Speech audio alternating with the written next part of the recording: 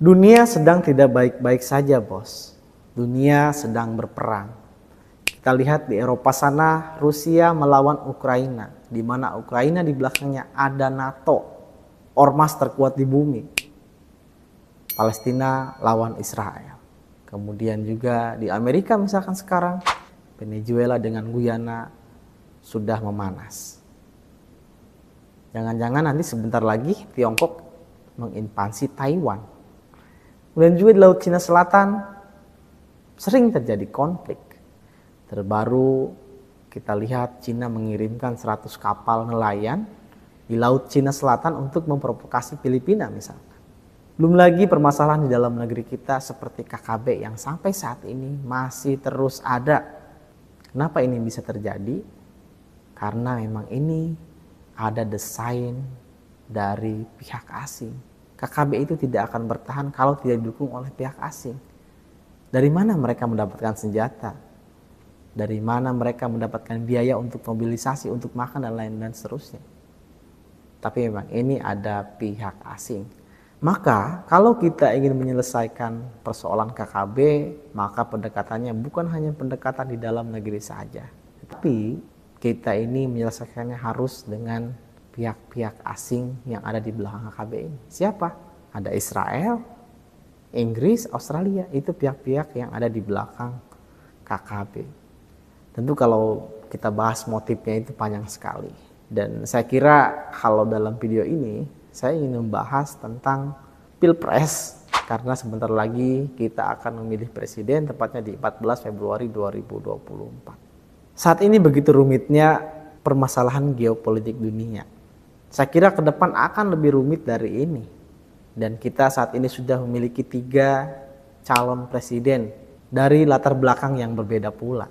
Namun hanya satu-satunya calon presiden Indonesia yang memiliki latar belakang seorang militer, yaitu Pak Prabowo Subianto. Dan juga Pak Prabowo Subianto ini memiliki kemampuan terkait pemahaman geopolitik dunia dibandingkan capres yang lain. Kalau ingin Indonesia kuat, kalau ingin Indonesia maju, baik secara militer maupun ekonomi, maka hanya Pak Prabowo yang pantas memimpin Indonesia ke depan.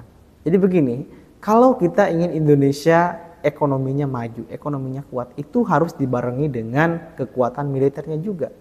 Karena itu menjadi daya tawar tersendiri.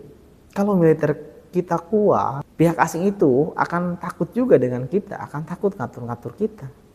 Akan takut juga intervensi kita kalau militer kita kuat. Dan bukan hanya kekuatan tentang militer, tentang ekonomi gitu. Tetapi bagaimana Indonesia bisa memanfaatkan peluang-peluang dari peperangan dan konflik-konflik dunia. Itu hanya orang-orang yang memiliki kemampuan terkait pemetaan, pemahaman permasalahan geopolitik ini, geopolitik dunia ini, yaitu hanya Pak Prabowo Subianto. Jadi kalau Indonesia, kalau kita tidak mau berperang, maka kita harus siap berperang. Kalau kemudian kita mau ikut intervensi organisasi dunia, mau jadi player global misalkan, ya kita harus punya daya tawar lebih, punya kekuatan yang lebih dari negara-negara lain. Dan untuk informasi saja, silakan teman-teman mencari informasi siapa capres kita yang paling sering diserang oleh media-media luar. Silakan saja. Itu hanya Pak Prabowo Subianto. Why? Kenapa mereka menyerang? Karena ada kepentingan. Misalkan terkait penculikan. Padahal kan terkait isu penculikan itu sudah selesai sebetulnya kan.